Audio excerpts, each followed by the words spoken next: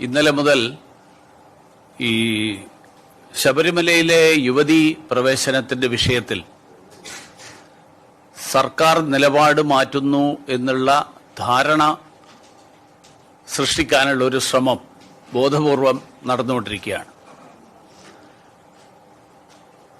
അതിന്റെ വാർത്തകൾ വായിച്ചപ്പോൾ എനിക്ക് മനസ്സിലായത് സർക്കാർ നിലപാട് മാറ്റുന്നില്ല, സർക്കാർ ആകെ മാറ്റുന്നത് ഞങ്ങളല്ല ഇതിൽ അഭിപ്രായം പറയേണ്ടത് ക്ഷേത്ര ആചാരങ്ങളുമായി ബന്ധപ്പെട്ടിട്ടുള്ള വിദഗ്ധന്മാരും പണ്ഡിതരുമാണ് എന്നുള്ളതാണ്. സർക്കാർ നേരത്തെ എടുത്ത നിലപാട് യുവതീ പ്രവേശനത്തിന് അനുകൂലമായിരുന്നു. യുവതീ പ്രവേശനത്തിനെ ഞങ്ങൾ അനുകൂലിക്കുന്നില്ല എന്ന നിലപാട് പറയുന്നതിന് പകരം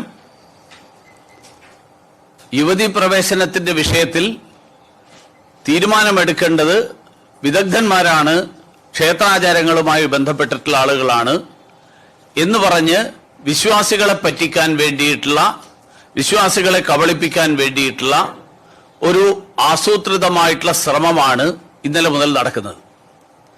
ദേവസ്വം ബോർഡ് വിശ്വാസികൾക്ക് അനുകൂലമായിട്ടുള്ള നിലപാടെടുക്കുക, സർക്കാർ അഴകുഴമ്പൻ സമീപനം സ്വീകരിക്കുക. സർക്കാർ വിശ്വാസികൾക്കൊപ്പമാണോ? ആണെന്നും പറയാം, വിശ്വാസികൾക്ക് ഒപ്പമല്ലേ? അല്ലെന്നും പറയാം. അങ്ങനെ രണ്ടു കൂട്ടരെയും പറ്റിക്കുന്ന, രണ്ടു കൂട്ടരെയും കബളിപ്പിക്കുന്ന സമീപനം 2007 നിലപാടാണെന്നാണ് മന്ത്രി വാസവൻ പറയുന്നത്. 2007 നിലപാട് യുവതീ പ്രവേശനത്തിന് അനുകൂലമാണ്. അപ്പൊ അങ്ങനെയാണ് നിലപാടെങ്കിൽ ഈ തരത്തിലുള്ള ഒരു സമീപനം എടുക്കുന്നത് ആരെ പറ്റിക്കാനാണ് എന്നുള്ളതാണ് ഭാരതീയ ജനതാ പാർട്ടിക്ക് ചോദിക്കാനുള്ളത്.